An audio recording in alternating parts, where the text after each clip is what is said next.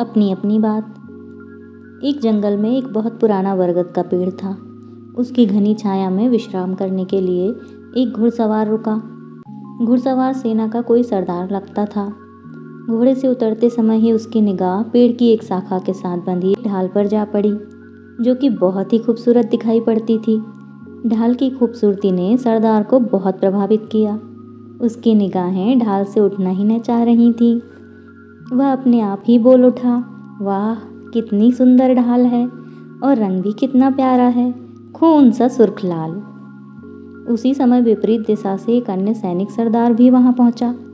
जब उसने पहले घुड़सवार को टिकटिकी लगाए ऊपर की ओर देखते पाया तो उसकी निगाहें भी ऊपर की ओर चली गईं, और जैसा कि ढाल की खूबसूरती के कारण होना ही था वैसा ही हुआ। ढाल की खूबसूरती ने उसे भी बांध लिया, मगर ढाल का रंग लाल नहीं हरा था।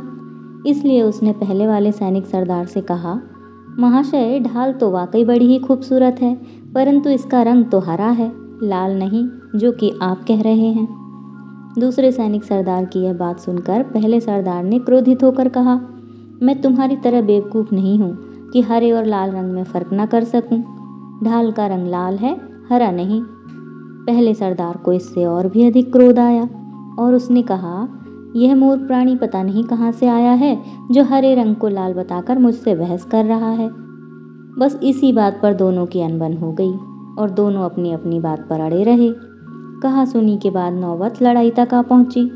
दोनों ने तलवारें खींची और एक दूसरे पर वार करने लगे। संयोग ऐसा हुआ कि एक ही समय पर दोनों को एक दूसरे की तलवार लगी और दोनों घायल होकर जमीन पर गिर पड़े। परंतु गिरने के साथ ही दोनों की स्थिति बदल गई। पहला सरदार वहां जा गिरा जहां से खड़े होकर दूसरे सरदार ने ढाल को देखा था, और दूसरा सरदार वहां गिरा जहां शुरू में पहला सरदार आकर रुका था। दोनों ने एक बार फिर नजरें उठाकर ढाल की ओर देखा, और यह क्या, दोनों ढाल की ओर देखते ही रह गए। दोनों ही सैनिक अपने स्थान पर सही थे। वास्तव में ढाल एक ओर से लाल रंग की तथा दूसरी ओर से हरे रंग की थी। दोनों को अब पश्चाताप हुआ, मगर अब क्या हो सकता था। देखते ही देखते दोनों के प्राण पखेरु उड़ गए। इस कहानी से हमें ये सीख मिलती है कि हमें अपनी बात पर अड़ने से पहले प्रत्येक बात को दूसरे कोण से भी देखना और समझने का प्रयास करना चाहिए। आधी से ज़्यादा समस्याएं तो स्वयं ही हल हुई मिलेंगी। दोस्तों, कहानी पसंद आई तो इसे लाइक और शेयर करना बिल्कुल ना भूलें। साथ में चैनल को सब्सक्राइब भी करें।